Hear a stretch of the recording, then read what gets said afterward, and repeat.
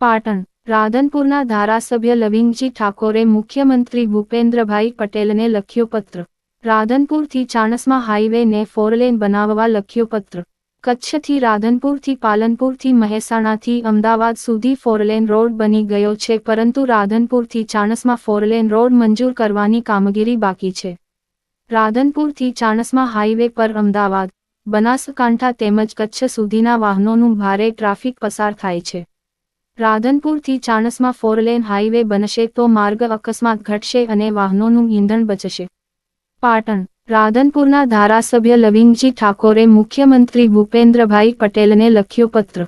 રાધનપુરથી Chanasma હાઈવેને 4 lane બનાવવા લખ્યો પત્ર। કચ્છથી રાધનપુરથી પાલનપુરથી મહેસાણાથી અમદાવાદ સુધી 4 લેન રોડ બની ગયો છે, પરંતુ રાધનપુરથી ચાણસ્મા 4 લેન રોડ મંજૂર કરવાની કામગીરી બાકી છે।